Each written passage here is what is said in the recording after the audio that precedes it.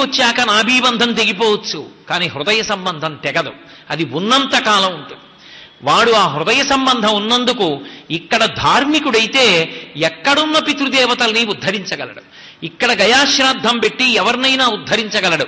అటువంటి కొడుకు పుట్టాలి అని తల్లిదండ్రులు కోరుకుంటారు. కాబట్టి అమ్మ అంటే రక్షకత్వం. ఆ అమ్మ పాల గురించి మాట్లాడుతూ డాక్టర్లు ఒక మాట చెప్తారు. 4 నెలల నుండి 6 నెలల వరకు ఒక శిశువు యొక్క శరీరమునకు కావలసినటువంటి సమస్త పోషకత్వ విలువలతో కూడినటువంటి పదార్థములతో కూడుకున్నటువంటి పాలు పరమ పరిశుభ్రంగా, ఇక ఈ ప్రపంచంలో ఎక్కడ దాచి మీరు అంత పరిశుద్ధంగా ఉంచలేరు. అంత పరిశుద్ధంగా ఉంచగలిగినటువంటి ఆరోగ్యవంతమైన పాలు తయారయ్యేది ఒక్క అమ్మలోనే.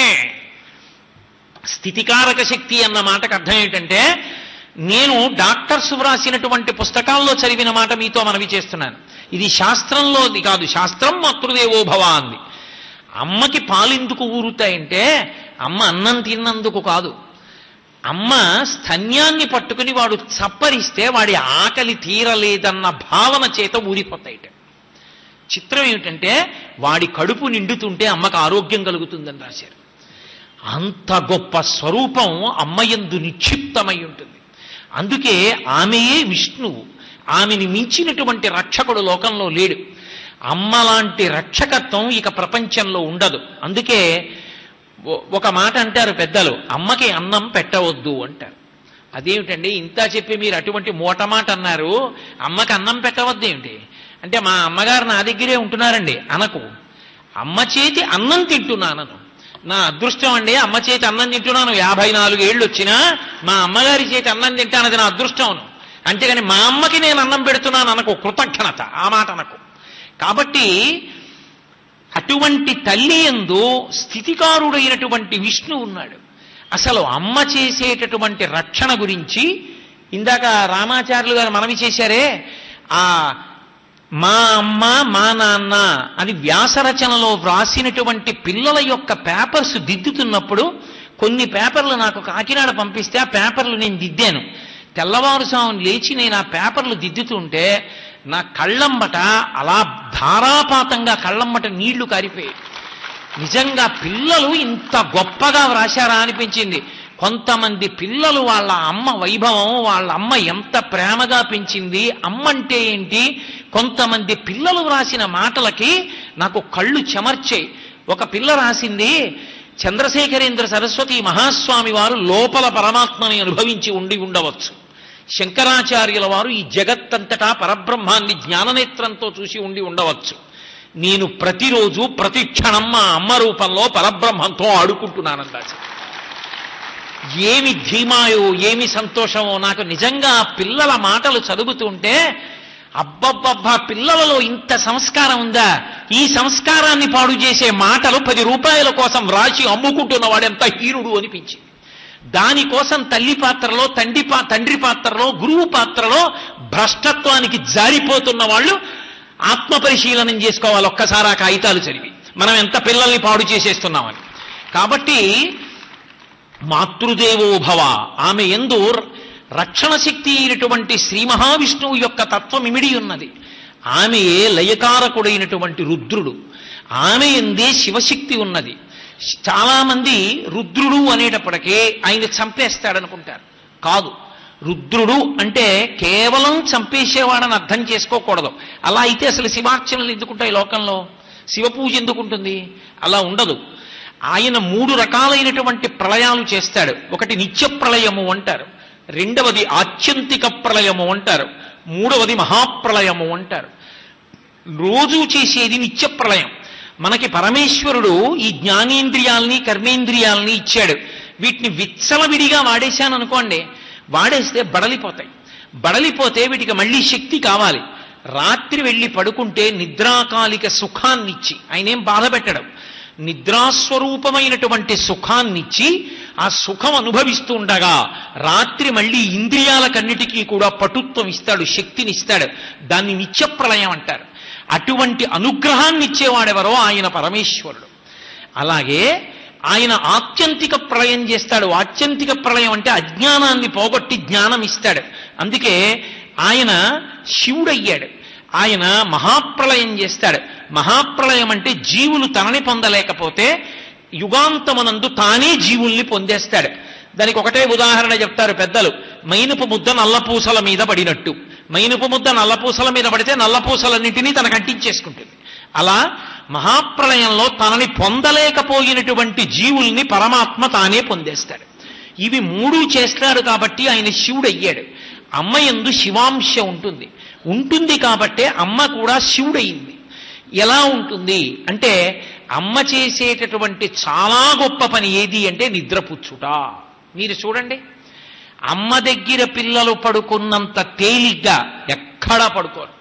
ఎంత అల్లరి చేస్తూ ఉండనివ్వండి, అమ్మ ఒక్కసారి ఎత్తుకుని భుజం మీద పడేసుకుని ఇలా వీపు మీద జో కొడుతూ పడుకోబెట్టింది అనుకోండి, అలా పడుకోబెట్టినంత మాత్రం చేత ఆ పిల్లలు అమ్మ చేతి స్పర్శ తగిలితే చాలు, అమ్మ నోటి పాట వింటే చాలు, అమ్మ నోటి మాట వింటే చాలు నిద్రైపోతారు. అమ్మ ఎంత సంతోషమో వాళ్ళకి. అమ్మతో ఆడుకోవడానికి సంతోషం పొందడానికి క్రీడాచమే మోదశ్చమే అని దానికి ఓ పెద్ద మైదానం, దాంట్లో లైట్లు, ఏదో రాత్రి పగలో ఆట, 11 మంది ఇటు 11 మంది అటు, ఇంత అల్లరేం అక్కర్లేదు. అమ్మతో సంతోషం పొందడానికి అమ్మ పవిట కొంగు చాలు. అమ్మ కొంగిలా అడ్డం పెట్టి దోబుచ్చి అని ఇలా తీసిందనుకోండి, ఎంత పక పక పక పక నవ్వేస్తారో. అమ్మ కొద్దిగా లీలగా కనపడకుండా ఉండి కనపడితే వాళ్ళకి ఎంత సంతోషమో అమ్మ కనపడిందని. అమ్మ ఎక్కువసేపు ఇలా పెట్టుకుంది అనుకోండి, దోబుచ్చి అనకుండా వాడు పైట లాగేస్తాడు. ఇలా అమ్మ కనపడాలి వాడికి. అమ్మ అంటేనే ఆనందం, పిల్లల యందు ఉద్భుతమవుతుంది. అందుకే అమ్మ నిద్రపుచ్చుతుంది. అమ్మ నిద్రపుచ్చడంలో కూడా కాఠిన్యం ఉంటుంది. ఒక్కొక్కసారి కాఠిన్యంతో పడుకోబెడుతుంది. ఏదో పిల్లలు ఇంటికి వచ్చారనుకోండి, పండక్కి మరిది పిల్లలు ఆడబడుచు పిల్లలు అందరూ వచ్చారనుకోండి, వాళ్లతో కలిసి వీడు రాత్రి 10 అయినా 11 అయినా పడుకోకుండా ఆడుతుంటే అమ్మ బలవంతంగా వాడిని తీసుకొచ్చి పడుకోబెట్టేసి బోర్లా పడుకోబెట్టి 2 చేతులతో జో కొట్టేస్తుంది. వాడు ఆడుకోవడానికి వెళ్తానంటే ఆడమ్మ వీలు లేదంటుంది, అలా జో కొట్టేస్తే వాడు కుయ్యో కుయ్యో కుయ్యో కుయ్యో కుయ్యో కుయ్యో అంటూ నిద్రైపోతాడు. అమ్మ అలా జో కొట్టేసి పడుకోబెట్టడంలో అమ్మకేమీ వాడు ఆడుకోకుండా ఉండాలన్న కక్ష కాదు. వాడు రాత్రి ఎక్కువసేపు ఉంటే తెల్లవారి వాడి కళ్ళు పుసులు కడతాయి, వాడికి వేడి చేసేస్తుంది, తొందరగా దగ్గు వస్తుంది. అమ్మకి తెలుసు, అందుకని అమ్మ పడుకోబెడుతుంది. అమ్మ నిద్రాకాలిక సుఖాన్ని ఇస్తుంది పిల్లలకి. అందుకే అమ్మ ఒడిలో నిద్రపోవడం అన్న మాటకి కృష్ణ పరమాత్మ అంతటి వాడు పరవశించిపోయాడు. ఇక మనమెంతటి వాళ్ళం? అమ్మ అంటే తెలియని పరమాత్మ అమ్మ ఒడి చేరేటప్పటికీ నిద్రపోయాడు. అటువంటి అమ్మ ఒడి ఉన్నదే, దానికి తుల్యమైనది లేదు. అది శివ పర్యంకం. అందుకే అమ్మ ఒడిని మించినది లేదు. నాతో ఒక ఆయన ఓసారి వాళ్ళ ఇంటికి వెళ్ళినప్పుడు నా దగ్గర ఒక పెద్ద మహదైశ్వర్యం ఉంది కోటేశ్వరారు అన్నాడు. ఏమిటి అన్నాను. నా మనసు బాగుండనప్పుడు కూడా నాకు నిద్ర పట్టించగలిగినది, నేను చూసేటప్పటికీ నాకు సంతోషాన్ని కల్పించగలిగినది, నేను ఇలా ముట్టుకుంటే మళ్ళీ మా అమ్మగారి కాళ్ళు పట్టుకున్న అనుభూతి కల్పించగలిగినది నా దగ్గర ఒకటి ఉందన్నాడు. నేను తెల్లబోయి ఏమిటాయా అన్నాను. లోపలికి తీసుకెళ్ళి ఓ దుప్పట్లు పెట్టుకుని బీరువా తీసి చూపించాడు. అందులో బొంత ఉంది. ఇటు బొంత ఏమిటన్నాను. అది మా అమ్మగారు వెళ్ళిపోయిన తర్వాత, మా అమ్మగారు వెళ్ళిపోయాక అంటే ఆవిడ శరీరం విడిచిపెట్టాక ఆవిడ చీరలతో కుట్టించుకున్నానయ్యా. ఆ బొంత వేసుకు పడుకుంటే మా అమ్మ ఒళ్ళో పడుకున్నట్టుంటుంది. ఆ బొంత మీద పడుకుంటే నిద్ర పడుతుంది. ఆ బొంత ముట్టుకుంటే మా అమ్మని ముట్టుకున్నట్టుంటుంది. అందుకే బొంత దాచుకున్నానయ్యా మా అమ్మ చీరలతో అన్నాడు. అమ్మతో తుల్యమైన మాట లోకంలో లేదు. అందుకే అమ్మ కట్టి విప్పినటువంటి చీరలతో చేసినటువంటి బొంత అంత సంతోషం. అమ్మ స్నానానికి వెడుతూ వదిలిపెట్టిన చీరతో ఆడుకోవడం పిల్లలకంత ఆనందం. అందులో దోబూచులు ఆడుకోవడం అంత ఆనందం. అమ్మ శివస్వరూపమై నిద్రపుచ్చి ఆరోగ్యాన్ని కాపాడుతుంది. అందుకే నిత్య ప్రళయం చేస్తుంది. పరమశివుడు ఎలా చేస్తాడో అలాగే నిత్య ప్రళయం చేస్తుంది. అమ్మ ఆత్యంతిక ప్రళయం చేస్తుంది. అమ్మ జ్ఞానం ఇస్తుంది. చూడండి, పిల్లలు ఒక వయసుకు వచ్చిన తరువాత ఊయలలో పెట్టాము అంటారు, తొట్లో పెట్టామంటారు. పడుకోబెట్టి పిల్లవాడిని ఊపుతారు. అక్కడికి వెళ్ళి ఇక్కడికి వస్తుంది ఊయల. అలా వెళ్ళి ఇలా వస్తుంటే వాడు అందులో పడుకుని నిద్రపోతాడు. ఎంత పాటలు రాని తల్లెవనివ్వండి, అమ్మ పాడే పాట మాత్రం ఒకటే పాడుతుంది. హాయి అంటుంది. ఏమిటా పాట అంటే మొదటి గురువు అయి నిలబడుతుంది. ఓరి పిచ్చాడా, నేను నా నోటితో అమంగళం పలకకూడదు, నీకు ఈ తిరగడం అలవాటైపోయిందిరా, ప్రయోజనం లేని తిరుగుడు. పునరపి జననం పునరపి మరణం పునరపి జననీ జఠరే చైనం జిహతంతారే బహుదుస్తారే కృపయాపారే పహిమురారే. అక్కడ వదిలిపెట్ట ఇక్కడ పుట్ట, అక్కడ వదిలిపెట్ట అక్కడ పుట్ట, ఇలా వెళ్ళను ఇలా రాను, అది బాగుందని పడుకుని సుఖపడుతుండను, ఇది కాదురా ఇది రా హాయి, అది అందుకోవడం సుఖం అని ఊయల ఊపడంలో మొదటి వేదాంతం చెప్తుందమ్మ. ఇంకొంచెం పెద్దవాడైతే అమ్మ గోరుముద్దలు తినిపిస్తూ కథలు చెప్తుంది. కథలు చెప్పిన ప్రతి అమ్మ ఓ మాట చెప్తుంది. వాడు ఆఖరి ముద్ద తినేస్తాడు. అమ్మ అన్నం పెట్టినట్టుగా పెట్టగలిగిన వ్యక్తి ఇక సృష్టిలో మాత్రం ఉండదు.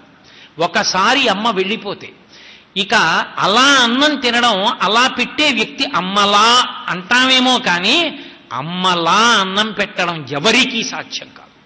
కట్టుకున్న భార్యకి కూడా సాధ్యం కాదు. అది తన భార్య తన బిడ్డలకి తల్లిగా పెట్టగలదేమో, తనకి మాత్రం పెట్టలేదు. అమ్మే పెట్టాలలా. ఎందుచేత అంటే అన్నం పెట్టి ఎవ్వరూ చూడకపోయినా చూశారేమో అనుమానం.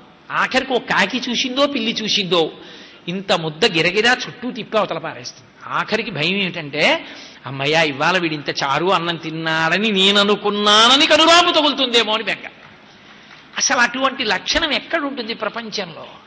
అందుకే అమ్మ చేతి అన్నం అమృతం కూడా సమానం కాదు. అమ్మ చేతి అన్నమే గొప్ప. అటువంటి అమ్మ చేతి అన్నం తినడం అదృష్టం. అమ్మ జారిపోయిందా ఇక మళ్ళీ వచ్చే జన్మలోనే అలా అన్నం తినడం. కాబట్టి అమ్మ యొక్క చేత్తో గోరుముద్దలు తినే రోజుల్లో అమ్మ పెద్ద పెద్ద కథలు చెప్పక్కర్లేదు. రామాయణంలో కథ చెప్పనివ్వండి, భారతంలో చెప్పనివ్వండి, భాగవతంలో చెప్పనివ్వండి, ఏమీ చెప్పకపోయినా ఏదో కథ ఆసుగా మన పూర్వం ఒక ముసలమ్మ ఉండేది రోయ్ అని మొదలు పెడుతుంది. నిజంగా ముసలమ్మ ఉండేదా? ఏం ఉండదు, ఏదో కథ. వాడు అంటూ తింటాడు. అమ్మ కథ వినడం అంటే ఎంత సంతోషమో పిల్లలకి. అది వింటూ అన్నం తింటాడు. అన్నీ చెప్పి ఆఖరణ మాట అంటుంది, కథ కంచికి మనం ఇంటికి అంటుంది. పురాణం అయితే స్వస్తి ఉంటుంది, అమ్మ అయితే ఇదే మాట అంటుంది. ఎన్ని తరాలు అయిపోనివ్వండి ఇదే మాట, కథ కంచికి మనం ఇంటికి. అందులో అమంగళత్వాన్ని అమ్మ పలకదు. తన నోటి వెంట అమంగళత్వాన్ని పలకదు కనుక ఎంత మంగళప్రదంగా మాట్లాడుతుందో. ఎన్నోసార్లు పుట్టావు, ఎన్నోసార్లు పెరిగావు, ఎన్నోసార్లు శరీరం విడిచిపెట్టావు, లోపల జీవుడు ఉన్నాడు. నీ కథ ఎప్పుడూ కంచి చేరలేదు. ఈసారి నీ కథ కంచి చేరిపోవాలి అంటే నువ్వు కామాక్షి ఎందు ఐక్యం అయిపోవాలి ఈ జన్మలో. ఇక నువ్వు రాకూడదు. కానీ ఈ మాట అనకూడదు నోటి వెంట. ఎందుకని? తల్లి కనుక. అందుకని కథ కంచికి, అన్ని కథలు కంచికే చేరిపోవాలి అంటే అందరం కామాక్షి ఎందు ప్రవేశించాలి. మనం ఇంటికి అంటే ఇప్పుడు కాదు రోయ్, నేనుండగా కాదు, నువ్వు పండి తర్వాత, నేను ముందు తర్వాత నువ్వు. ఎందుకని? తన ముందు బిడ్డ అలా పండడాన్ని కూడా ఆవిడ చూడలేదు. అందుకని నేను ముందు వెళ్ళిపోవాలి, మనం ఇంటికి దా ప్రస్తుతానికి ఇంట్లోకి వెళ్ళిపోదాం అని తీసుకెళ్ళిపోతుంది. అందుకే మొట్టమొదట జ్ఞానాన్ని ఇచ్చినటువంటి గురువై జ్ఞానదాత మహేశ్వర, పరమశివస్వరూపమై నిలబడినది ఎవరు అంటే అమ్మ. కాబట్టే ఆమె యందు శివతత్వము ప్రకాశించింది. శివతత్వము ప్రకాశించినటువంటి కారణం చేత ఆమె యందు బ్రహ్మ యొక్క అంశ, విష్ణువు యొక్క అంశ, పరమశివుని యొక్క అంశ, మూడు అంశాలు ఆమె యందు ప్రచోదనమయ్యాయి. మూడు ఆమె యందు జీవితాంతము నిలబడతాయి. కాబట్టి ఆ అమ్మ ఆమె కన్న బిడ్డలకి పరదేవతయే, పరబ్రహ్మమే. ఆ అమ్మకు చేసినటువంటి నమస్కారము పరబ్రహ్మమునకు చేసిన నమస్కారము. ఆ అమ్మకి చేసినటువంటి ప్రదక్షిణం పరబ్రహ్మానికి చేసినటువంటి ప్రదక్షిణం. పరబ్రహ్మానికి ప్రదక్షిణం చేస్తే ఒక ప్రదక్షిణమే. అమ్మకున్న గొప్పతనం ఏమిటో తెలుసా? అమ్మ తనకి తాను ఉద్ధారకురాలు కాకపోవచ్చు. 95 ఏళ్ళు వచ్చేసినటువంటి ముసలి వగ్గు. ఆమెకి తన అన్నం తిన్నానో లేదో కూడా తనకి జ్ఞాపకం ఉండదు. అప్పటిదాకా తీసుకొచ్చి పసిపిల్లాడికి పట్టినట్టు జావ పట్టారనుకోండి, తాగేస్తుంది, మూతి తుడిచేస్తారు, పడుకుంటుంది. ఏదో పసిపిల్లలకి కట్టినట్టు ఆవిడికి ఓ డైపర్ కట్టేస్తారు, పడుకుని ఉంటుంది. అలా పడుకున్నటువంటి అమ్మ 95 ఏళ్ళు వచ్చిన తరువాత ఇక స్ఫురణ శక్తి లేదు కాబట్టి తన కోసం తను ఏ కర్మ చేసుకోలేదు. ఆవిడ ఏ పుణ్యకర్మ చేయలేదు. ఆవిడ దీపం పెట్టలేదు, ఆవిడ స్తోత్రం చెప్పలేదు, ఏవేవో మాట్లాడుతూ ఉంటుంది, సంధితో ఉంటుంది. అటువంటి అమ్మ తనకి తాను ఉద్ధారకురాలు కాదు, కానీ తన బిడ్డలకు మాత్రం ఉద్ధారకురాలే. అప్పుడు కూడా ఎందుకో తెలుసా, అమ్మ అన్న వస్తువు ఒకటి ఉందనుకోండి లోకంలో, ఒక్కసారి అమ్మ అక్కడ ఉంటే అమ్మ చుట్టూ ప్రదక్షిణం చేసి వచ్చి అమ్మ కాళ్ళకి నమస్కారం చేశాడు అనుకోండి ఒకరోజు ఒక వ్యక్తి, అలా వాడు అమ్మకి ప్రదక్షిణం చేసిన కారణం చేత భూప్రదక్షిణ శక్యేన వాడు 6 సార్లు ఈ భూమండలానికి ప్రదక్షిణం చేశాడు అని వేస్తారు జీవుడి ఖాతాలో. భూప్రదక్షిణ శక్యేన కాశీయాత్రాయుతేన చ 10,000 మార్లు కాశీయాత్ర చేసొచ్చాడు అని వేస్తారు. ఆవిడేం చేసుకోలేదు, 95 ఏళ్ళ ఆవిడ అలా పడుకునుంది మంచంలో. కొడుకు ప్రదక్షిణం చేసి వచ్చి అమ్మ కాళ్లకు నమస్కారం చేశాడు పూజ చేసుకున్న బట్టలతోటే. అమ్మ కాళ్లకున్న రజస్సు తీసి ఆ ధూళి తీసి తల మీద చల్లుకున్నాడు. ఉత్తర క్షణంలో వాడి ఖాతాలో వాడు 10,000 మార్లు కాశీ యాత్ర చేశాడు అని వేస్తారు. సరిపోలేదు, సేతుస్నాన శతైర్యుచ వాడు రామేశ్వరం వెళ్ళి 100 మాటలు ఆ రోజున సముద్ర స్నానం చేసి వచ్చాడు. రామేశ్వరంలో సముద్ర స్నానం అంటే అంత తేలికేం కాదు, మహాసంకల్పంతో చేయాలి సముద్ర స్నానం చేస్తే. మహాసంకల్పంతో రామేశ్వరంలో సముద్ర స్నానం చేసి వచ్చాడు అని వేస్తారు. దేనికి? కేవలం అమ్మకి ఒక్కసారి నమస్కారం చేస్తే. అమ్మ ఉన్నది కాబట్టి నీకు ఆ ఫలితం వచ్చింది. అమ్మ లేకపోతే మా అమ్మ లాంటిదని చేస్తానండి అంటే కుదరదు. అమ్మకే ఒక్క అమ్మ తనకి తాను ఉద్ధారకురాలు కాకపోవచ్చు, తను కాశీ విడిన పుణ్యం కాశీ విడితేనే సంపాదించుకుంది. కానీ కొడుక్కి కూతురికి అమ్మ ఉన్నంత మాత్రం చేత పొందుతాడు. తను తెలుసుకునేటప్పటికి అమ్మ వెళ్ళిపోయింది, ఏం పొందుతారు ఇప్పుడు? ఎక్కడి నుంచి వస్తుంది ఆ పుణ్యం రమ్మంటే? ఏం చేస్తాడు? ప్రదక్షిణం. ఏం చేస్తాడు? నమస్కారం చెయ్యలేడు. అమ్మ ఉన్నప్పుడు సంపాదించుకోవాలి. జీవుణ్ణి ఉద్ధరించుకోవడం అన్నది తేలికగా ఏ కారణానికి సాధ్యం అంటే అమ్మ ఆరాధన చేతనే. అమ్మకి నమస్కారం చెయ్యడం అంత గొప్ప ఫలితం. ఇక ప్రతిరోజు అమ్మకి ఓ ప్రదక్షిణం చేసి నమస్కారం చేసే అలవాటు ఉందనుకోండి, వాడు ఎటువంటి స్థితిని పొందుతాడు అంటే నేనేం చెప్పవలసి ఉంటుంది? బాహ్యంలో ఎన్ని యజ్ఞాలు చెయ్యొచ్చు, యాగాలు చెయ్యొచ్చు, ఎన్నో చండీ హోమాలు చెయ్యొచ్చు, ఎన్నో దేవాలయాలు కట్టచ్చు, ఎన్నో కుంభాభిషేకాలు చేయొచ్చు, గొప్ప అన్నదానం చేయొచ్చు. కానీ తన తల్లికి ప్రదక్షిణం చేసి నమస్కరించి తల్లి పట్ల భక్తితో ఉన్న వాడికి వచ్చిన పుణ్యం వాడికి వస్తుందని చెప్పడం సాధ్యమా? అమ్మ అంత పుణ్యం ఇవ్వగలదు. ఎందుకు ఇవ్వగలదు అంటే అమ్మ త్రిమూర్త్యాత్మక స్వరూపమై తనంత తాను బిడ్డల ఖాతాలో పుణ్యాన్ని ఇవ్వగలదు. అందుకని మాతృదేవో భవ, అమ్మ దేవతయై ఉన్నది, అమ్మ పరబ్రహ్మమై ఉన్నది. అటువంటి అమ్మ ఈ లోకంలో తన మాట చేత పరబ్రహ్మవాక్కు అయి ఉంటుంది. అందుకే అమ్మకి ఏం తెలుసన్న దానితో శాస్త్రంలో సంబంధం ఉండదు. అమ్మ వాక్కుకున్న శక్తి ఏది అంటే బిడ్డ మనసుని తిన్నగా వెళ్ళి హత్తుకుంటుంది అమ్మ మాట.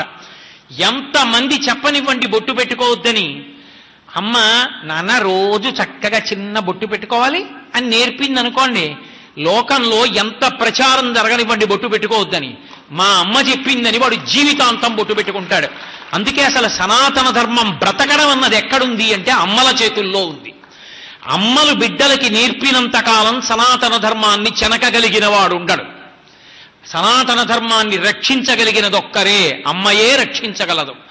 అమ్మ చెప్పిన మాట వ్యక్తిని శిల్పాన్ని చెక్కినట్టు చెక్కుతుంది. ఎక్కడో నీళ్లలో కొన్ని వేల సంవత్సరములు నానిపోయినటువంటి రాతిని తీసుకొచ్చి ఒడ్డున పెట్టి శిల్పులు దాని మీద కూర్చుని చెక్కుతారు. చెక్కినప్పుడు అందులో అక్కరలేని పెచ్చులూడిపోయి వీళ్ళందరి చేత ఆరాధన చెయ్యబడవలసినటువంటి భగవన్మూర్తి అందులోంచి బయటికి వస్తుంది. అలాగే అమ్మ మాటల చేత లోకములలో ఒక యుగంలో కాదు, యుగ యుగముల తర్వాత కూడా ఆరాధింపబడవలసినటువంటి వ్యక్తి పైకి వస్తాడు. శ్రీరామాయణంలో రామచంద్రమూర్తి యొక్క వైభవమంతా ఎవరి మీద ఆధారపడి ఉన్నదో చూడండి. రాముడు అరణ్యవాసానికి వెళ్ళిపోతున్నాడు. అమ్మకి చెప్పి వెళ్ళిపోతానని వచ్చాడు. అమ్మ దగ్గరికి వచ్చి నమస్కారం చేస్తే అమ్మ దశరథుణ్ణి నింద చేసింది. నింద చేసి రామా నేను నీతో వస్తానంది. అమ్మ రావడానికి వీల్లేదమ్మా, నువ్వైనా నేనైనా తండ్రిని అనుగమించాలి, కాబట్టి దశరథ మహారాజును అనుగమించని ధర్మం గురించి మాట్లాడాడు. ధర్మం గురించి అంత రామచంద్రమూర్తి చెప్పిన తరువాత కౌసల్యామాత రాముణ్ణి ఉద్దేశించి ఒక మాట అంది. పెద్దలు మహానుభావులు కంచికామకోటి పీఠాధిపత్యం వహించిన ప్రాతస్మరణీయులు చంద్రశేఖరేంద్ర సరస్వతి మహాస్వామి వారు తరచుగా చెప్తుండేవారు, ప్రతి ఆడవారికి కూడా ఈ శ్లోకం కంఠగతం కావాలి, ప్రతివారు బిడ్డలకి ఈ శ్లోకం చెప్పాలని చెప్తుండేవారు.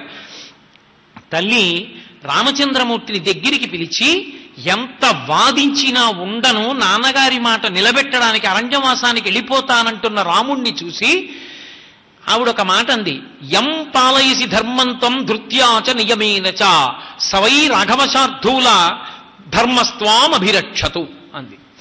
యం పాలయసి ధర్మంతం ధృత్యాచ నియమేనచ. రామ, ఇంతకాలం నుంచి ఏ ధర్మాన్ని ధృతితో నియమంతో పట్టుకున్నావో, ధృతి అంటే పట్టుదల, నియమము అంటే అది పక్కన పెట్టేస్తే ఏదో ఫలితం వచ్చేస్తుందని పక్కన పెట్టడం కాదు.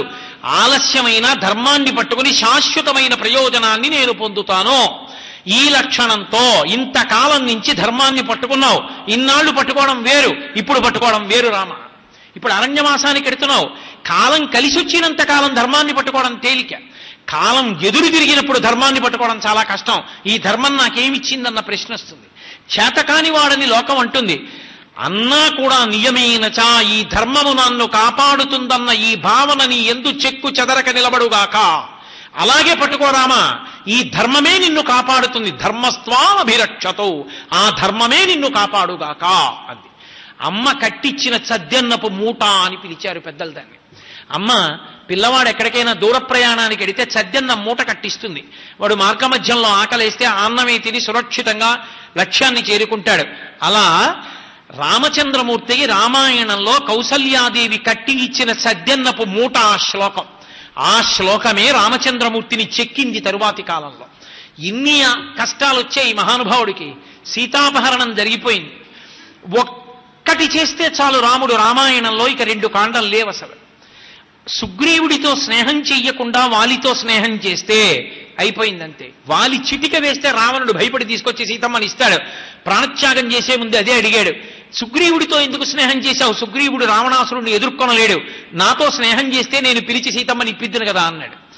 నాకు సీతమ్మ రావడం ప్రధానం కాదు, ధార్మికంగా రావడం ప్రధానం. నువ్వు ధర్మం తప్పిన వాడివి, ధర్మం తప్పిన నీతో చెలివి చేసుకుని సీతమ్మని పొందాను, ధర్మంలో ఉన్న సుగ్రీవుడితో చెలివి చేసుకుని సీతమ్మని పొందుతాను. అందుకే నీతో నేను చెలివి చేసుకోలేదు, ధర్మం తప్పిన నిన్ను సంహరించానని చెప్పాడు. ధర్మానికి నిలబడ్డాడు కాబట్టి తర్వాత సుందరకాండ వచ్చింది, యుద్ధకాండ వచ్చింది. లేకపోతే పట్టాభిషేకం వెంటనే అయిపోను, కిష్కింధకాండలోనే అయిపోను. ధర్మానికి నిలబడ్డాడు కాబట్టే త్రేతాయుగంలో రామావతారం వచ్చినా ఇప్పటికీ కలియుగంలో కూడా రామనామము రామ కథ అమృతభాండములై నిలబడ్డాయి. కాబట్టి అమ్మ మాట రామావతారాన్ని చెక్కింది. అమ్మ మాట రాముని యందు ధర్మమునందు ఉంచుకోగలిగినటువంటి శక్తిని ప్రచోదనం చేసింది. ఈ లోకంలో మహాత్ములైన వాళ్ళందరి జీవితాల వెనక అమ్మయే ఉన్నది. మీరు చూడండి, అమ్మ చేత ప్రచోదనం చెందిన వారు ఎందరున్నారో. ఈ లోకంలో ధర్మ సంస్థాపన చేసినటువంటి మహానుభావుల్లో ఒకడు శివాజీ మహారాజ్. శివాజీ మహారాజు ఒకనకొకప్పుడు సమర్థ రామదాసు గారిని గురువుగా స్వీకరించాడు. స్వీకరించి తిన్నగా గురువు గారి దగ్గరికి వెళ్ళి భిక్షాపాత్ర పట్టాడు సమర్థ రామదాసు గారు. తన రాజ్యాన్నంతటినీ రాసిచ్చేస్తున్నానని పత్రం తీసుకెళ్లి భిక్షాపాత్రలో వేశాడు. రామదాసు గారి దగ్గరికి పిలిచి, సమర్థ రామదాసు గారు దగ్గరికి పిలిచి, ఓయ్ నువ్వు పరిపాలించాలో, నేను రాజ్యాన్ని పరిపాలించడం ఏమిటి? గురువు యొక్క అనుగ్రహంగా, గురువు యొక్క ఉచ్ఛిష్టంగా ఈ రాజ్యాన్ని పరిపాలించని తిరిగి రాజ్యాన్ని శివాజీకి ఇస్తూ కాషాయ వస్త్ర పేలికొకటి ఇచ్చాడు. ఇది నీ రాజ్యానికంతటికీ కూడా పతాకం కావాలి అని. కాషాయ ధ్వజం పెట్టుకుని శివాజీ మహారాజ్ రాజ్యం చేస్తున్న రోజుల్లో ఒకప్పుడు శివాజీ తల్లి జీజీబాయి కలిసి సమర్థ రామదాసు గారి యొక్క దర్శనానికి వెళ్ళారు. వెడితే బయలుదేరి వెళ్ళిపోతున్నామంటే ప్రసాదం ఇస్తున్నానని మూట కట్టి శివాజీ మహారాజుకి ఇచ్చి తల్లి వంక చూశారు సమర్థ రామదాసు గారు. చూసి, అమ్మ ఇంటికి వెళ్ళిన తర్వాత ప్రసాదం ఏమిటో వాడికి చెప్పు అన్నారు. ప్రసాదం చెప్పడం ఏమిటి? ప్రసాదం అని చెప్పి ఇచ్చిన తర్వాత ఏమైనా పర్వాలేదు, కళ్ళగదు నోట్లో వేసుకోవడం. ఇప్పుడు ఇంటికి పట్టుకెళ్ళాడు శివాజీ. కోటకి వెళ్ళిపోయిన తర్వాత మూట విప్పాడు. మూట విప్పితే అందులో కాస్త మట్టి ఉందో పొట్లంలో. ఓ పొట్లంలో గులకరాళ్ళున్నాయి, ఓ పొట్లంలో గుర్రపు లద్దె ఉంది. చూశాడు, ఓ కొబ్బరికాయ ఉంది. 4 కలిపి మూట కట్టి ఇచ్చాడు. ఆయన ఆశ్చర్యపోయాడు, ఏంటి 4 ప్రసాదంగా ఇచ్చారు గురువు గారు అని అమ్మ వంక చూశాడు. ఏ తల్లి చిన్నతనం నుంచి దేశభక్తికి సంబంధించినవి, పురాణాలకి సంబంధించినటువంటి కథలు చెప్పి పిల్లవాడిలో ధార్మికమైన పౌరుషాన్ని, ధర్మరక్షణ దక్షకత్వాన్ని రెచ్చగొట్టిందో, ఆ సమర్థతని చేకూర్చిందో ఆ జీజీబాయే చెప్పగలదు. అది గురువు గారి యొక్క అనుగ్రహం, అది ఆయన నమ్మకం. ఇప్పుడు జీజీబాయి వంక చూశాడు శివాజీ. అమ్మా ఏమిటమ్మా ఇవి అన్నాడు. ఉరే నాయన, మహానుభావుడు గురువు గారు గులకరాళ్ళు ఇచ్చారంటే కోటలన్నీ కొండల మీద కట్టు అని చెప్పారు. ఆయన గుర్రపు లద్దె ఇచ్చారు అంటే ఇప్పుడున్న సమకాలీన సమాజంలో నువ్వు అనేక మంది ఇతర రాజుల్ని ఓడించాలి అంటే నీ దగ్గర ఆశ్వికదళం ఉండాలి. గుర్రాల యొక్క సమూహాల్ని బాగా నీ దగ్గర చేర్చుకుని బలం పెంచుకోమని చెప్పారు. మూడవది మట్టి ఇచ్చారు. కేవలం రాజ్యాన్ని పరిపాలిస్తున్నాను అనుకోకు. రాజ్యం అంటే మట్టి కాదు. రాజ్యం అంటే ప్రజలు. ప్రజల యొక్క బాగోగులు చూడడం నేర్చుకో. రాజ్య పరిపాలకుండని భోగం అనుభవించడం కాదు. పరిపాలిస్తున్నది ఏదో హద్దులున్నటువంటి ఒక ప్రాంతాన్ని కాదు, ప్రజల హృదయాలలోకి ప్రవేశించడానికి అవకాశం. కాబట్టి అది నిలబెట్టుకో అని చెప్తున్నారు గురువుగారు. కొబ్బరికాయ ఇచ్చారు. రాజు లోపల మెత్తగా ఉండొచ్చు, పైకి అలా కనపడకూడదు, కఠినంగా కనపడాలి రాజు, లేకపోతే ప్రజలకు భయం ఉండదు. అందుకని కొబ్బరికాయలా పైకి కఠినంగా ఉండు, లోపల తీయగా ఉండు. మధురమైన మనస్సుతో ఉండు, పైకి కఠినమైనటువంటి పరిపాలకుడిగా ఉండు. అప్పుడు అందరూ చెప్పు చేతలలో ధార్మికంగా ఉంటారని నీకు గురువు గారు ఇచ్చినటువంటి భావప్రచోదనారూపమైనటువంటి ప్రసాదం రాయిది అంది తల్లి. వెంటనే గురువుగారి యొక్క హృదయాన్ని అర్థం చేసుకున్నటువంటి శివాజీ మహారాజ్ ఆ నాలుగిటిని అమలు చేసి ధర్మ సామ్రాజ్య స్థాపన చేసి గోసంరక్షణ చేసి మహానుభావుడు సనాతన ధర్మ వైభవాన్ని నిలబెట్టి శ్రీశైల క్షేత్రంలో భ్రమరాంబ అమ్మవారి అనుగ్రహంతో ఆఖరికి భవానీ ఖడ్గాన్ని కూడా పొందగలిగాడు. అమ్మ చెప్పినటువంటి మాట అంత స్థాయికి వెళ్ళింది. మీరు గాంధీ మహాత్ముని యొక్క జీవిత చరిత్ర చదివితే గాంధీ మహాత్ముని తల్లి పుతలీబాయి గాంధీ మహాత్ముడు ఓడలో విదేశాలకు బయలుదేరి వెళ్ళిపోతున్నప్పుడు పిలిచి ప్రమాణం చేయించుకుంది. పరస్త్రీ సంగమం నేను ఇప్పుడు చెయ్యనని నాకు మాటిమ్మని. బ్రహ్మచారి అయినటువంటి గాంధీ గారు తన జీవిత చరిత్రలోనే రాసుకున్నారు.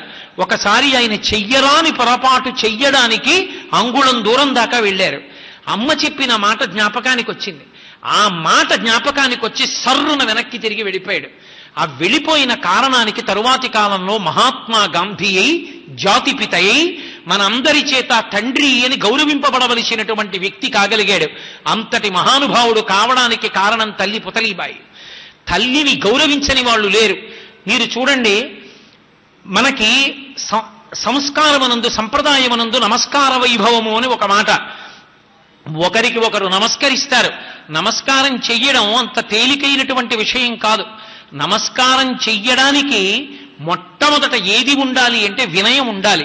ఒకరి దగ్గరికి వెళ్ళి ఒకరు నేల మీద పడి నమస్కరించాడనుకోండి, నేల మీద పడిపోయిన వాడిది కాదు బాధ్యత, ఎవరు నిలబడ్డాడో వాడిది కర్తవ్యం. వాడు ఎందుకు పడిపోయాడు వచ్చి నేల మీద? అయ్యా, ఎంత కింద పడిపోవాలో అంత కింద పడిపోయాను, ఇంకా పడిపోవడానికి ఏం లేదు, ఇంతకన్నా కింద పడ్డానికి ఏం లేదు, అందుకే అంత కింద పడిపోయాను. ఇప్పుడు నన్ను పైకెత్తగలిగిన వారెవరు? పడకుండా నిలబడిన మీరే. అందుకని మీరెత్తండి అని అడుగుతాడు. వచ్చి కాళ్ళ మీద పడి నమస్కారం చేస్తే పొంగిపోక్కర్లేదు, ఉలిక్కి పడాలి. బాబోయ్, ఇప్పుడు నాకు కర్తవ్యం అంటుకుందని వంగి రెండు భుజములు పట్టి పైకెత్తుతాడు.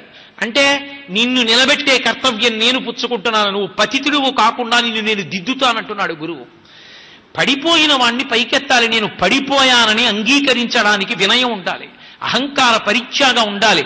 నమస్కారం చేయడం అంత తేలిక విషయం ఏం కాదు. అహంకారాన్ని నిర్మూలించడం అంతకన్నా తేలికైన విషయమేం కాదు, అంత కష్టం. అటువంటి నమస్కారం చేయడంలో సనాతన ధర్మమనందు నమస్కారమునకు విశేషమైనటువంటి వైభవం. నమస్కారం చేసేటప్పుడు ఎవరు పెద్దలో వారికి నమస్కరిస్తారు. ప్రథమం వయసులో పెద్దవాళ్ళకి నమస్కారం. వయసులో పెద్దవాళ్ళు కూడా ఎవరికి నమస్కరిస్తారు? జ్ఞానమునందు పెద్దవారికి నమస్కారం చేస్తారు. జ్ఞానమునందు పెద్దవాడైన వాడు ఎవరున్నాడో వాడికి పెద్దవాళ్ళు కూడా నమస్కారం చేయొచ్చు. సన్యాసాశ్రమం దగ్గరికి వచ్చేటప్పటికీ గృహస్థాశ్రమంలో ఉన్నవాళ్ళు, బ్రహ్మచారులు, వానప్రస్థులు అందరూ సన్యాసికి నమస్కరిస్తారు.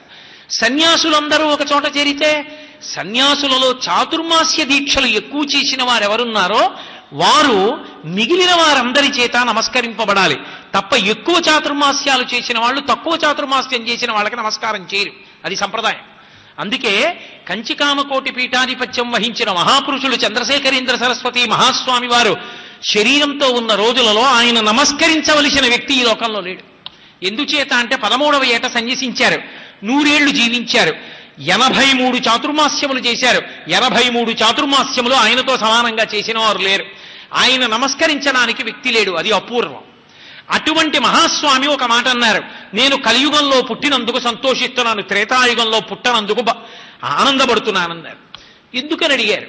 త్రేతాయుగంలో పుట్టి పరమాత్ముడు కనుక రామచంద్రమూర్తి సన్యాసాశ్రమంలో నేనున్నాను కాబట్టి నాకు ఆయనే నమస్కరించేవాడు.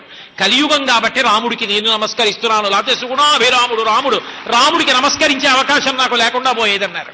అంతటి వినయశీలి మహానుభావుడు. ఎక్కడ జ్ఞానం ఉంటుందో అక్కడ వినయం ఉంటుంది. వినయం లేని విద్య పనికిరాందది గుడ్డి విద్య. కాబట్టి అటువంటి సన్యాసులలో చాతుర్మాస్యం ఎక్కువ చేసిన వారికి మిగిలిన వారు నమస్కారం చేస్తారు. ఇటువంటి నమస్కార వైభవం కలిగినటువంటి సనాతన ధర్మంలో కంచికామకోటి పీఠం వంటి పీఠాలలో కూడా ఇప్పటికీ ఒక నియమం ఉంది. ఒకసారి పిల్లవాడు మఠాధిపత్యంలోకి వచ్చాడనుకోండి, 13 ఏళ్ల వయస్సులో తన ప్రమేయం లేకుండా చంద్రశేఖరేంద్ర సరస్వతి మహాస్వామి పీఠాధిపత్యం వహించారు. ఒకసారి పీఠాధిపత్యం తీసుకుంటే తండ్రి గారు వరుసలో వస్తున్నారనుకోండి, ప్రత్యేకత ఏమి ఉండదు. తండ్రి కూడా వచ్చి పీఠాధిపతుల పాదములకు నమస్కారం చేసి వెళ్ళాలి, కడుపున పుట్టిన కొడుకైనా సరే. కానీ తల్లిగారు వరుస క్రమంలో వస్తున్నారనుకోండి, వెంటనే పీఠాధిపతి అయినా కూడా లేచి నిలబడి అమ్మగారికే నమస్కారం చెయ్యాలి. పీఠాధిపత్యం వహించిన వ్యక్తి అయినా అమ్మకే నమస్కారం చెయ్యవలసిందే. పితృరుణము మాతృరుణము అని 2 ఉంటాయి. ఇందులో పితృరుణం తీర్చుకోవచ్చు. ఏ కారణం చేతనైనా నా తండ్రి ఎక్కువ కాలం నేను ఆయనతో కలిసి లేను. ఎందుకు లేను అంటే, నాకు ఏ 4 ఏళ్లప్పుడో ఏ 5 ఏళ్లప్పుడో మా తండ్రి గారు వెళ్ళిపోయారనుకోండి, వారిని నేను సేవించలేదు, వారి కాళ్ళు పట్టలేదు, వారి దగ్గర కూర్చుని ఉపదేశం పొందలేదు, వారి దగ్గర శాస్త్రాధ్యయనం చేయలేదు, వారికి ఒక్కనాడు విషినికర్ర పెట్టి విసరలేదు, వారికి ఒక్క పంచెల చాప ఇవ్వలేదు, వారి పక్కన కూర్చోలేదు. అటువంటి దురదృష్టం పోగొట్టుకుని పితృరుణం తీర్చుకోవాలి అంటే సౌత్రావణి అని ఒక మహాయాగం చేస్తే పితృరుణం తీరిపోతుందండి శాస్త్రం. మాతృరుణం తీరడానికి యాగం లేదు, యజ్ఞం లేదు. అమ్మ రుణం తీర్చుకోవడం అన్న మాట లేదు శాస్త్రం. అందుకే అమ్మ కనపడితే పీఠాధిపతులు కూడా లేచి నమస్కారం చేయవలసిందే. శంకర భగవత్పాదులంతటి వారు ఈ ధర్మాన్ని పాటించారు. శంకరాచార్యుల వారు అకస్మాత్తుగా సన్యాసం తీసుకుని ఒడ్డెక్కేస్తే తల్లి అడిగింది, ధార్మికమైన ప్రశ్న అడిగింది. 2 కొడుకులుంటే ఒకడు సన్యసిస్తే రెండో వాడు అంత్యేష్టి చేస్తాడు. ఒక్క కొడుకువి, నువ్వు వెళ్ళిపోతున్నావు, నాకెవరు చేస్తారు అంత్యేష్టి సంస్కారం నా శరీరం పడిపోయినప్పుడు? పరమధార్మికమైన ప్రశ్న. ఒక్క కొడుకు, తప్పుకోవడానికి వీల్లేదు. అందుకే శంకరాచార్యులు వారు అన్నారు, అది అవతారం, అలాగనే ఆగడానికి లేదు, లోకంలో ధర్మ సందేశం ఇవ్వాలి. అందుకే అమ్మా, నీ శరీరము నుండి ప్రాణములు ఉత్క్రమణమవుతున్నప్పుడు ఎక్కడ ఉన్నా నన్ను తలుచుకో, నేను వస్తానమ్మా, అంత్యేష్టి చేస్తానన్నారు. అమ్మ తలుచుకుందంటే యోగ మార్గంలో వచ్చి సాక్షాత్ కైలాస శంకరుడు కారడి శంకరుడిగా వచ్చాడు. అమ్మని శివస్తోత్రంతో సంతోషపెట్టారు. శివపార్షదులు వచ్చారు. అమ్మవారి రూపాలు చూసి భయపడింది. అమ్మ భయపడకని విష్ణు స్తోత్రం చేశారు. విష్ణు పార్షదులు వచ్చారు. అమ్మ వాళ్ళని చూసి సంతోషిస్తూ విష్ణు పార్షదులతో కలిసి శరీరం విడిచిపెట్టి వెళ్ళిపోయింది. ఆ శరీరాన్ని పట్టుకెళ్ళి ఆయన మహానుభావుడు అంత్యేష్టి సంస్కారం పూర్తి చేశారు. శంకరాచార్యుల వారిని విమర్శించి ఆ విషయంలో ఆయనతో కలిసి రానందుకు ఇప్పటికీ కేరళ దేశంలో ఎవరి ఇంటి వెనక వాళ్లే వాళ్ళ ఇంట్లో వెళ్ళిపోయిన వాళ్ళని సమాధులు చేసుకునేటటువంటి లక్షణం ఉండిపోయింది. శంకరులే పుట్టినా కేరళ రాష్ట్రంలో పీఠం లేకుండా అయిపోయింది. అమ్మ జోలికొచ్చినప్పుడు శంకరాచార్యుల వారిని విమర్శ చేసినందుకు శంకరుల యొక్క శాపమై కూర్చుంది. కాబట్టి అమ్మయే అమ్మ అన్న మాటకి శంకరాచార్యుల వారంతటి వారు అంతటి వైభవాన్ని కట్టపెట్టారు. మహాతపస్వి. ఇవాళ ప్రపంచంలో వారితో సమానమైనటువంటి విద్వాంసులు లేరు. 4 వేదముల యందు దిట్ట, సమస్త శాస్త్రములు వారి నాలుక చివర ఉంటాయి. అనుష్ఠానం అంటే అనుష్ఠానమే.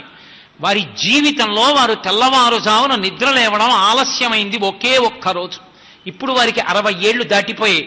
ఒకే ఒక్క రోజున చిన్నతనంలో చదువుకునే రోజుల్లో తెల్లవారుజామున 4 గంటలకి నిద్ర లేవడంలో కొంచెం అలసత్వం ప్రదర్శించి గురువుగారికి తెలుస్తుంది ఏమిట్లే 4:10 వరకు పడుకుని 4:10కి లేచి నేల మీద పడి గురువుగారి పాదాలు తలుచుకుని నమస్కారం చేస్తున్నారు. ఆయన ఇలా తలెత్తేటప్పటికీ ఎదురుగుండా గురువుగారు నించున్నారు అభినవ విద్యాతీర్థ మహాస్వామి. ఆ నమస్కారం చేసిన వ్యక్తే ఇప్పుడు శృంగగిరి పీఠాధిపత్యం వహిస్తున్న మహాపురుషులు భారతీ తీర్థ మహాస్వామి. ఆయన దిగ్గున లేచి నిలబడ్డారు గురువుగారిని చూసి. అభినవ విద్యాతీర్థ మహాస్వామి అన్నారు, 4కి లేవవలసిన వాడివి 4:10కి లేస్తే గురువుగారికి తెలుస్తుందా అనుకున్నావా అని అడిగారు. ఇప్పటి వరకు వారు ఆ తరువాత జీవితంలో ఒక అర నిమిషం ఆలస్యంగా లేచింది లేదు. ఇప్పటికీ అనుష్ఠానం అంటే అనుష్ఠానమే, చంద్రమౌళీశ్వరారాధనం అంటే చంద్రమౌళీశ్వరారాధనమే.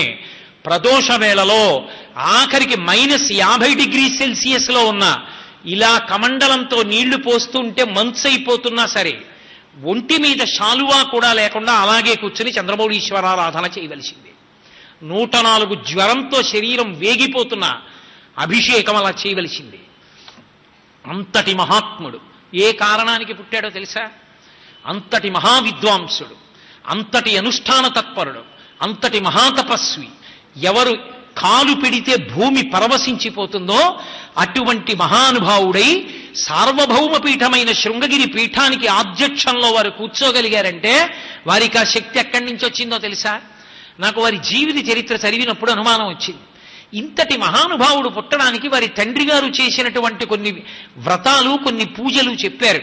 హనుమత్ సాక్షాత్కారం చెప్పారు వాళ్ళ అమ్మగారికి. నాకు అనుమానం వచ్చి శృంగేరి వెళ్ళినప్పుడు వాళ్ళ అమ్మగారిని కలుసుకున్నాను. వాళ్ళ అమ్మగారు మహాతల్లి, నిజంగా ఎంత ప్రేమో, నిజంగా భారతీ తీర్థ మహాస్వామి వారికి ఎంత తల్లి ప్రేమో వాళ్ళ అమ్మగారికి ఉన్న ప్రేమ అసలు నేను చెప్పలేను. ఆవిడికి ఇప్పుడు 85 ఏళ్ళో 90 ఏళ్ళో ఉంటాయి.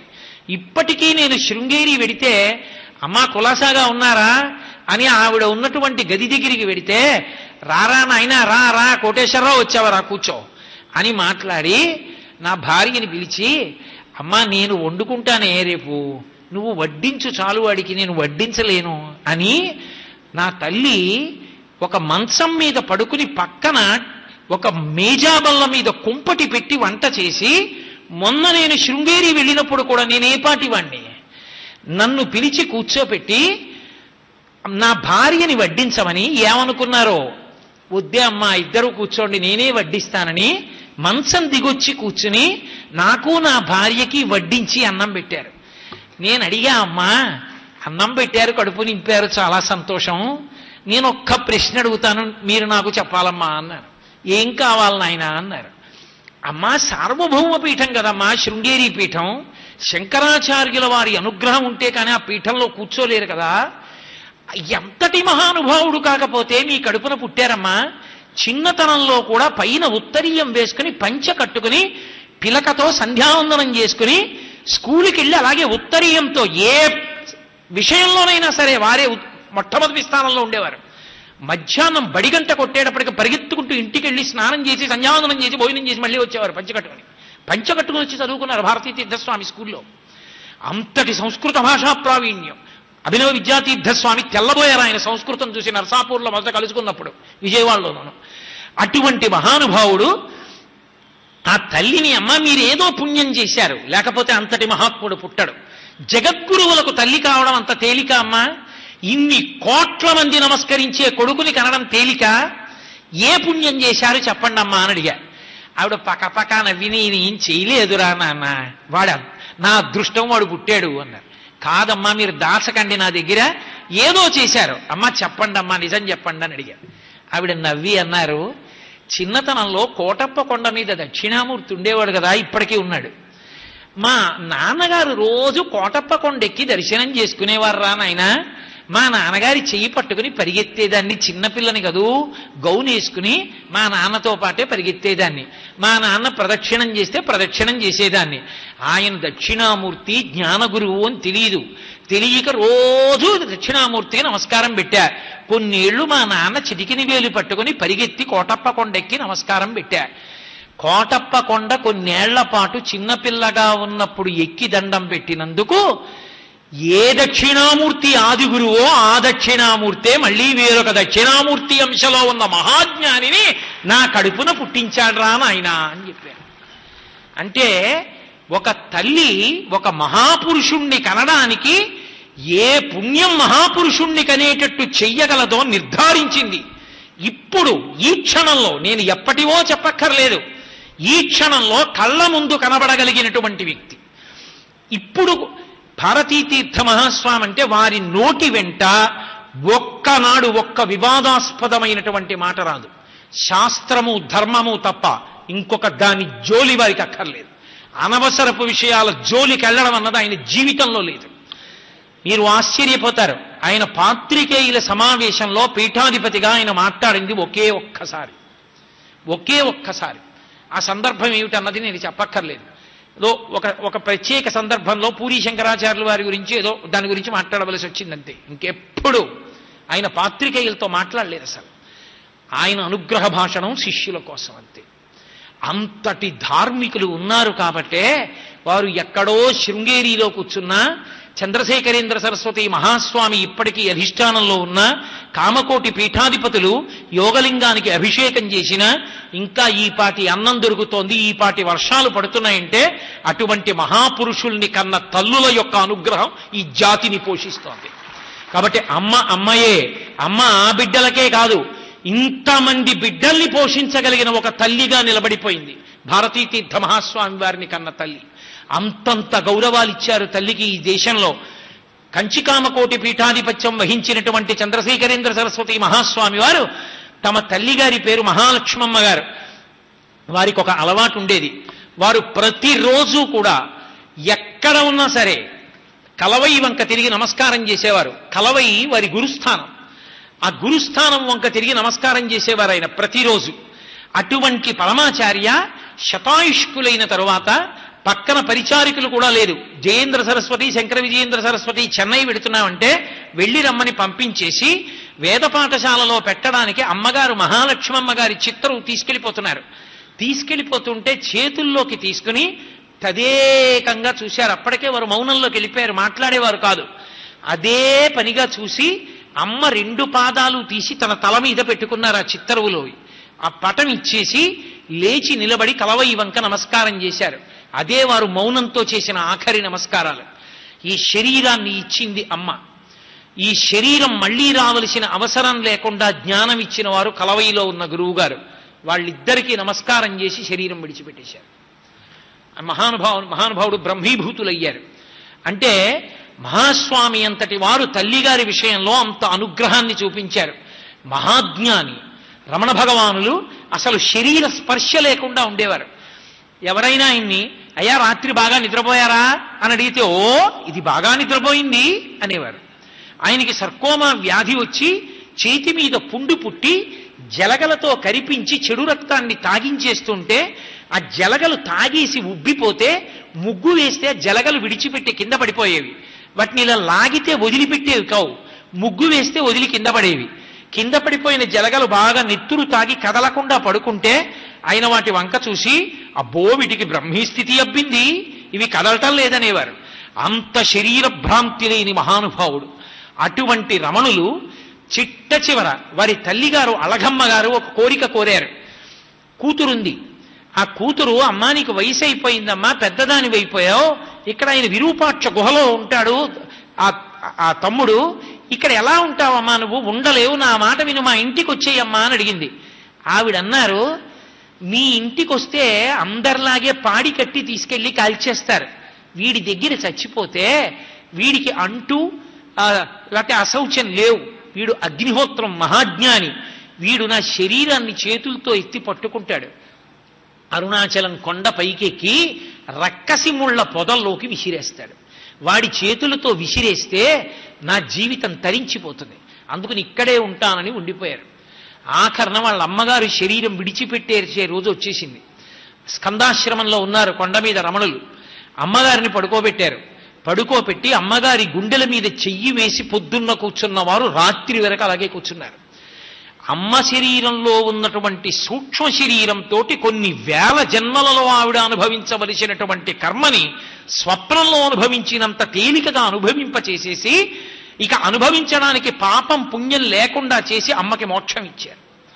మోక్షం ఇచ్చి అమ్మ మోక్షాన్ని పొందిందని అమ్మ శరీరాన్ని పట్టుకుని అరుణాచలం నుంచి కిందకి దిగి ఆ అరుణాచలం కొండ పాదాలలో ఆవిడ్ని భూస్థాపితం చేశారు.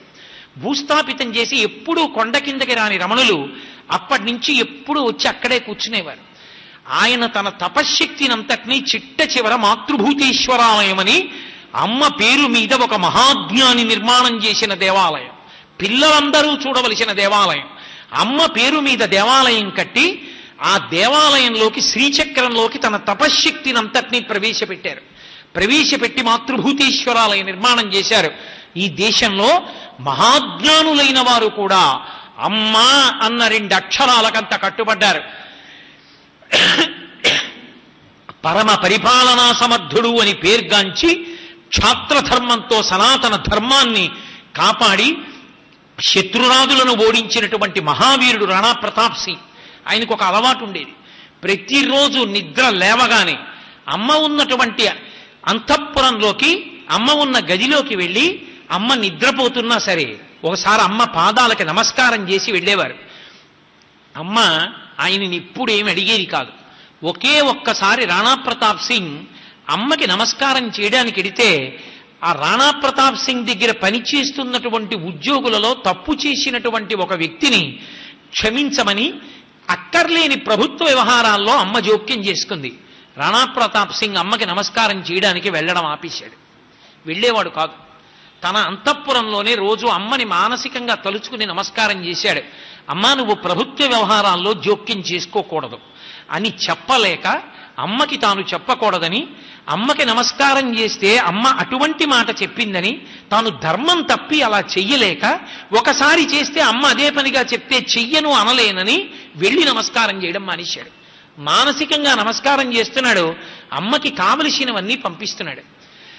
ఆవిడ తట్టుకోలేకపోయింది కొడుకు కనపడకపోతే. ఆవిడికి అర్థమైంది తను చేసిన తప్పు. తన అన్నదమ్ముడికి కబురు చేసింది మేనమామతో చెప్పిద్దామని. మేనమామ వస్తున్నాడు. స్వాగతం చెప్పడానికి బయలుదేరుతున్నాడు రాణా ప్రతాప్ సింగ్. పులిమేరల దాకా వచ్చాడు మేనమామ. రాణా ప్రతాప్ సింగ్ తిన్నగా కోటలోకి వెళ్ళి అమ్మ 2 కాళ్ళకి నమస్కారం చేసి అమ్మని చేత్తో పట్టుకుని పల్లకీలో తీసుకెళ్లి మేనమామకి స్వాగతం చెప్పాడు. అమ్మా, నువ్వు చేసినటువంటి చిన్న పొరపాటు నాకు వేరొకళ్ళు చెప్పి మీ అమ్మ పొరపాటు చేసింది మనసులో పెట్టుకోకని చెప్పవలసిన రోజు రాకూడదు. అమ్మా, నీ పట్ల నాకు అగౌరవం లేదు, మళ్ళీ మళ్ళీ అడిగితే ధర్మం తప్పలేక రాలేదంతే అని ఒకరు అమ్మ గురించి చెప్పవలసిన అవసరం లేదని అమ్మని పల్లకీలో తీసుకెళ్లి మేనమామకి నమస్కరించి తీసుకొచ్చాడు. మేనమామ చెప్పలేదు, అమ్మ చెప్పలేదు, అమ్మకి అర్థమైంది, ఇక జోక్యం చేసుకోలేదు. అమ్మ పట్ల రాణా ప్రతాప్ సింగ్ అంత గౌరవాన్ని చూపించాడు. ఈ జాతిలో మీరు ఏ మహాపురుషుడి యొక్క జీవితాన్ని తీసుకోండి, అమ్మా అన్న మాటకి కట్టుబడి అంత గౌరవించారు. చిట్ట చివరికి భారత రాష్ట్రపతి స్థానాన్ని అలంకరించి మొట్టమొదటిసారి భారత రాష్ట్రపతి చేసి దిగిపోతున్నప్పుడు మళ్ళీ మీరు భారత రాష్ట్రపతి కావాలని దేశ విదేశాల నుంచి కొన్ని కోట్ల మందితో సందేశాలు అందుకున్నటువంటి మహానుభావుడు. ఈ దేశాన్ని ఆ ఉపగ్రహాల విషయంలో స్వావలంబనం కల్పించినటువంటి అబ్దుల్ కలాం గారు తన జీవిత చరిత్రని వింగ్స్ ఆఫ్ ఫైర్ అన్న పుస్తకంలో రాసుకుంటూ దాని ఉపోద్ఘాతంలో ఒక మాట రాసుకున్నాడు. ఆయన 2వ ప్రపంచ యుద్ధం జరుగుతున్న రోజుల్లో ఆయన చిన్నతనంలో రామేశ్వరంలో ఉండేవారు. గోధుమలు రేషన్, ఎక్కువ గోధుమలు దొరికేవి కావు. ఉన్న గోధుమలతో అమ్మ రొట్లు వేసింది. ఆ రొట్లు వేసి రాత్రి అందరికీ రొట్లు పెట్టాలి. అమ్మ తినడానికి రొట్టెలు లేవు. ఆ ఉన్న రొట్టెలు అక్కడ పెడితే తను కొడుకు కలాం కలిసి తినవలసిన రొట్టెలు అక్కడ పెట్టింది. కలాం గారు వచ్చి చదువుకుంటున్నవాడు 4 రొట్టెలు తిని బాగున్నాయని, అమ్మ ఇంకా రొట్లున్నాయా అన్నాడు. అమ్మ తన రొట్లు కూడా ఇచ్చేసింది. తినేశాడు ఆయన.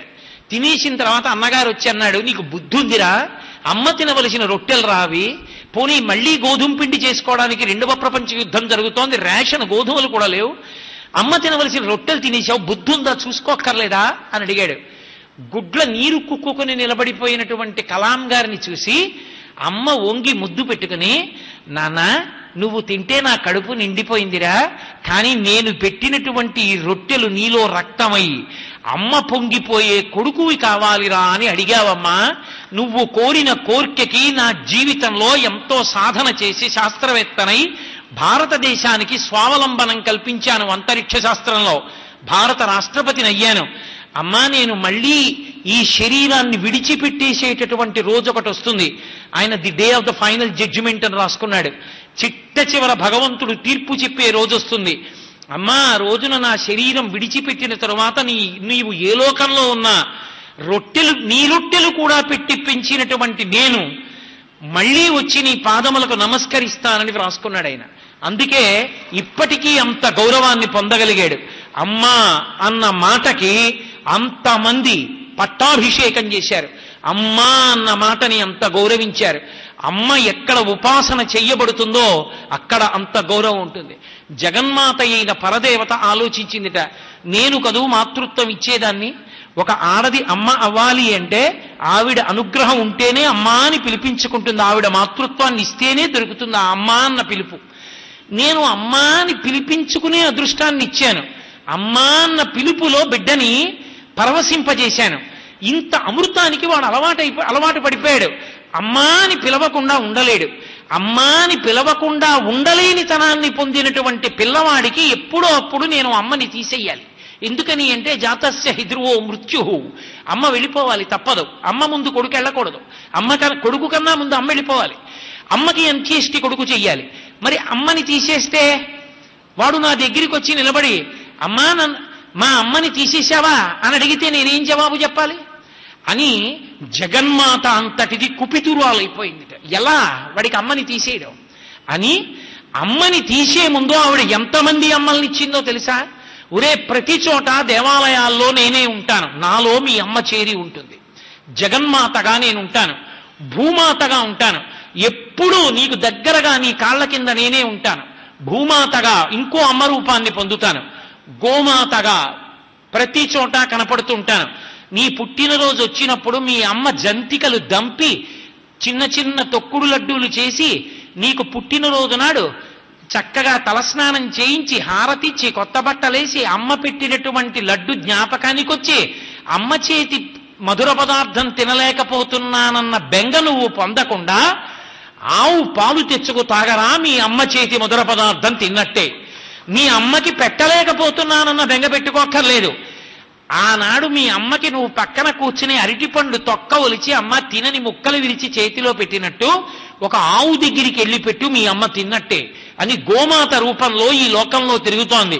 ఒక్క అమ్మని తీయడానికి జగన్మాత తాను జగన్మాతగా దేవాలయంలో, భూమాతగా ఇక్కడ, దేశమాతగా, గోమాతగా 4 మాతృస్వరూపాల్ని పొంది బాగా దగ్గరగా ఎప్పుడు పలవరిస్తే అప్పుడు పలకడానికి వీలుగా వచ్చి ఒక్క అమ్మని తీసుకెళ్లవలసి వచ్చింది.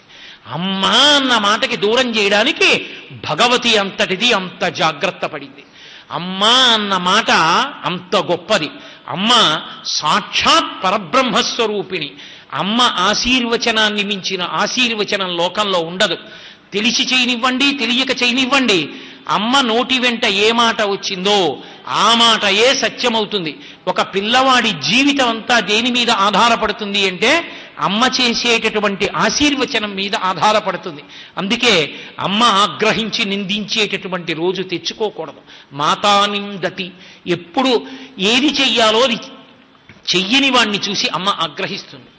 తండ్రికి ఆసరా కావలసిన పిల్లవాడు చదువుకుని 4 రాళ్లు సంపాదించకపోతే పెద్దవాడైనా కొడుకుని పోషిస్తున్న తండ్రిని చూసి అమ్మ కోప్పడుతుందిట. అందుకని కొడుకు ప్రయోజకుడు కావాలి, అమ్మని సంతోష పెట్టాలి. అమ్మలాంటి వ్యక్తి ఇక జీవితంలో దొరికేటటువంటి వస్తువు కాదు. అమ్మని పొంది ఉన్నవాడి అంతటి అదృష్టవంతుడు, ఐశ్వర్యవంతుడు ఇహమునకు పరమునకు కూడా ఇతరులు ఉండరు. ఎందుకో తెలుసా? ఇక్కడ అమ్మ ఉంది, వాడికి ఓదార్పు. అమ్మ ఇలా చేత్తో ముట్టుకుంటుంది. అమ్మ ఉంది, నీకు జ్వరం వచ్చింది, అమ్మ బొటనవేలుతో రాసి చంద్రశేఖర చంద్రశేఖర చంద్రశేఖర పాహిమాం, చంద్రశేఖర చంద్రశేఖర చంద్రశేఖర రక్షమాం అని బొటనవేలుతో అమ్మ ఇలా విభూతి పెడితే పరదేవత వచ్చి పెట్టినట్టే. అమ్మకి నమస్కారం పెట్టావు, ఎంత పుణ్యాన్ని మూటగట్టుకున్నావు. అమ్మకి ప్రదక్షిణం చేశావు, ఎంత పుణ్యాన్ని మూటగట్టుకున్నావు. అమ్మలాంటి వ్యక్తి ఉండదు. అందుకే అమ్మని నింద చెయ్యవద్దు. తెలిసి కాని తెలియక కాని పొరపాటున కూడా అమ్మ గురించి ఏ పొరపాటు మాట అనవద్దు. శ్రీరామాయణంలో అరణ్యకాండలో రామచంద్రమూర్తి హేమంత ఋతువులో చలి గడగడగడగడలాడిపోతుంటే ధర్మం అంటే ధర్మమే. బ్రహ్మముహూర్తంలో లేచి మహానుభావుడు స్నానానికి వెళ్ళాడు. స్నానానికి వెడితే నీళ్లు ఎంత చల్లగా ఉన్నాయో చెప్పడానికి వాల్మీకి మహర్షి చమత్కారం చేశారు. ఏనుగొచ్చి నీళ్లలో తొండం పెట్టింది, కానీ జర్రుని నీళ్లు పీల్చడానికి భయం వేసి తొండం తీసేస్తోంది. జలపక్షులు క్రౌంచముల వంటివి అక్కడ ఉన్నాయి, కానీ అవి నీళ్లలోకి వెళ్ళడానికి బెంగ పెట్టుకుని ఒడ్డున కూర్చున్నాయి. రాముడు స్నానం చేస్తున్నాడు అంటే ఆయన ధర్మం అటువంటిది. స్నానం చేస్తుంటే లక్ష్మణస్వామి పక్కన నిలబడి అన్నయ్య అన్నయ్య, ఇదే సమయానికి బహుశः సరయూ నదిలో భరతుడు కూడా స్నానం చేస్తూ ఉంటాడన్నయ్య అని చెప్తున్నాడు. చెప్తూ ఒక మాట అన్నాడు. అన్నయ్య, ఆ కైకేయి ఉందే ఆ భరతుణ్ణి కన్న తల్లి అంత గొప్ప కొడుకుని కంది, అంతటి ధర్మాత్ముడు, అన్న పట్ల అంత గౌరవం ఉన్నవాడు, ఇంత మంచి కొడుకు అంత పాపిష్ట ఆ కైకమ్మకి ఎలా పుట్టాడన్నయ్యా అన్నాడు. దిగ్గున తల తిప్పి రామచంద్రమూర్తి అన్నాడు, నతేంబా మధ్యమా మాత. లక్ష్మణ జాగ్రత్తగా విను, ప్రాతకాలం స్నానం చేస్తున్నాం, పొరపాటున కూడా అమ్మ యొక్క నిందావాక్యము నోటి వెంట రాకుండుగాక. ఆ మాట నోటి వెంట అనద్దు. కథంచన, పొరపాటున కూడా అనకూడదు. అమ్మని నింద చేసి మాట్లాడవద్దు. మీ అమ్మ నల్లేరు కదా అంటావేమో. నతేంబా మధ్యమా మాత. మధ్యలో ఉన్న కైకన్మని గురించి కూడా తప్పుగా మాట్లాడకు. ఆమె కూడా మనకు అమ్మయే. తన అమ్మని కాదు, పినతల్లిని ఒక మాట అనడానికి రాముడు ఒప్పుకోలేదు. అది మర్యాద అంటే. అందుకని మర్యాదానాంచలోకస్య కర్తాకారయితాచ సహా. కాబట్టి గర్హితాచ కదంచన, కించిత్ కూడా నువ్వు అటువంటి మాటలు మాట్లాడద్దు. నువ్వేమైనా మాట్లాడాలనుకుంటున్నావా? ఒక పని చెయ్యి, భరతుడి గురించి చెప్పు, భరతుడి ధర్మం గురించి చెప్పు. సంతోషపడిపోతాను తమ్ముడి గురించి విని. అమ్మ గురించి తప్పు మాట్లాడవద్దు లక్ష్మణ. వెంటనే ఇంకెప్పుడు భరతుడిని తక్కువ చేసి మాట్లాడలేదు లక్ష్మణస్వామి. అంటే పుణ్యం ఎంత ఇవ్వగలదో అటువంటి అమ్మ పట్ల కోపాన్ని పెంచుకోవడం, అమ్మని అనరాని మాట అనడం అంత పాపహేతు. ప్రపంచంలో దుర్మార్గమైనదేది అంటే కోపం. ఎంత సత్పురుషుడు కానివ్వండి, కోపానికి వశపడితే మాత్రం పతనం అవుతాడు. లోపల ఉన్న అమృతం పొంగిపోయి చినికితే కోపంగా వచ్చేది ఒక్క అమ్మకి నాన్నకి మాత్రమే వస్తుంది. అమ్మా నాన్నల యొక్క కోపం అమృతం పొంగిన చిలకరింత. అది అక్కసుతో, కార్పణ్యంతో రాదు. అందుకే తల్లిదండ్రులు కోపంతో మాట్లాడినప్పుడు అర్థం చేసుకోలేని కొడుకు కూతురు ఘాతకులు. వాళ్ళ జన్మకి ప్రయోజనం లేదు. తండ్రి కోప్పడ్డాడు అంటే ఆ కోపం వెనక ఉన్న ఆర్తిని అర్థం చేసుకోవాలి. తండ్రి కోప్పడితే తన కోసం కోప్పడ్డావు, బిడ్డ వృద్ధిలోకి రావాలని కోప్పడతాడు. ఈ విద్యార్థులు వ్యాసరచన వ్రాసిన పిల్లల్లో ఒక పిల్ల వ్రాసింది, మా నాన్నగారు కొట్టడంలో, మా నాన్నగారు తిట్టడంలో నా అభ్యున్నతి ఉంది. మా నాన్నగారిని మొదట అర్థం చేసుకోలేకపోయేదాన్ని, తర్వాత అర్థమైంది మా నాన్నగారు ఎంతటి అమృత భాండవం అని రాసింది. అందుకే ఈ లోకంలో కోప్పడినా కూడా ప్రసాదంగా తీసుకోవలసింది ఎవరి విషయంలో అంటే ఒక్క అమ్మా నాన్న విషయంలోనే. ఎందుకని? అది దిద్దుబాటు కొరకు తప్ప, వాళ్ళు బాగుపడాలని తప్ప, వాళ్ళు పాడవ్వాలని కాదు. అందుకే ఎంత కోపంలో ఉండనివ్వండి, అమంగళకరమైనటువంటి వాక్కు, సర్వనాశనం అయిపోవాలన్న వాక్కు వాళ్ళ నోటి వెంట రాదు. ఎంత ఆర్తితో ఉంటారంటే 6 గంటలకు ఇంటికి రావలసినటువంటి పిల్లవాడు రాత్రి 9 అయినా ఇంటికి రాకపోతే, ఏమిటి 9 అయిపోయింది ఇంకా రాలేదు, ఏం అవలేదు కదా అంటుంది. కానీ అమ్మ వాడు ఏ బండి కిందో పడి కాలు విరగొట్టుకోలేదు కదా అందం. అమంగళకర వాక్కు కూడా పలకరు. వాళ్ళ హృదయాలు అంత పవిత్రములై ఉంటాయి. దానికి అర్హతానర్హతలుండవు. ఏ తల్లి అయినా ఏ తండ్రి అయినా అంతే. తల్లి కోపాన్ని తండ్రి కోపాన్ని వక్రీకరించి చూపించి మేం పెద్దవాళ్ళమయ్యాం, మీరెవరు కోపగించుకోవడానికి అని అడగడం సాహసం. ఎంత వయసు వచ్చినా తండ్రి తండ్రే, తల్లి తల్లి. వాళ్ళ మాటలలో తప్పు పట్టడానికి, ఆ మాట మాట్లాడడానికి, వాళ్ళకున్నటువంటి అధికారాన్ని ప్రశ్నించడానికి బిడ్డలకి అసలు అర్హత, అధికారము, హక్కు లేనే లేవు. అంతటి గొప్ప దైవస్వరూపం అమ్మ. అందుకే వేదముల యొక్క జ్ఞానకాండ అయినటువంటి తైత్తరీయోపనిషత్తులో ఋషులు ఆ వేదాంతర్భాగమునందు 2 చేతులెత్తి నమస్కరించి మొట్టమొదటి దైవస్వరూపంగా, ఉద్ధరణ హేతువుగా అమ్మని పిలిచి మాతృదేవోభవ అని పిలిచారు. అటువంటి అమ్మకి నమస్కారం. అటువంటి అమ్మలు ఉన్నవాళ్ళందరూ అదృష్టవంతులు. కాబట్టి తల్లిని సంతోష పెట్టడం, తల్లిని ప్రేమతో గౌరవంతో పూజించి చూడడం, అంతకన్నా దేవతార్చన లేదు. అంతకన్నా మనిషి జీవితంలో అభ్యున్నతిని పొందడానికి మార్గం లేదు. కాబట్టి సనాతన ధర్మానికి ప్రమాణమై, సనాతన ధర్మానికి ఆయువు పట్టైనటువంటి మాతృదేవో భవ అన్న వాక్యం బాగా ప్రచారంలోకి వచ్చి దాని చేత అందరూ కూడా సంతోషించేటటువంటి రోజు రావాలి అని మనస్ఫూర్తిగా నేను పరమేశ్వరుణ్ణి ప్రార్థన చేస్తున్నాను.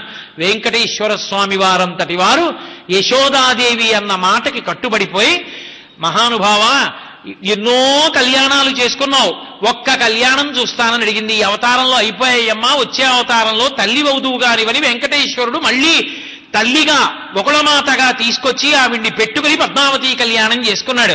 చిత్రం ఏమిటంటే వకుళమాత తల్లిగా వస్తే వెంకటేశ్వర స్వామి తన యొక్క మాట నిలబెట్టుకున్నారు. తల్లిగా వచ్చినందుకు వకుళమాత మాత్రం ఏడిచి పరమసత్యం.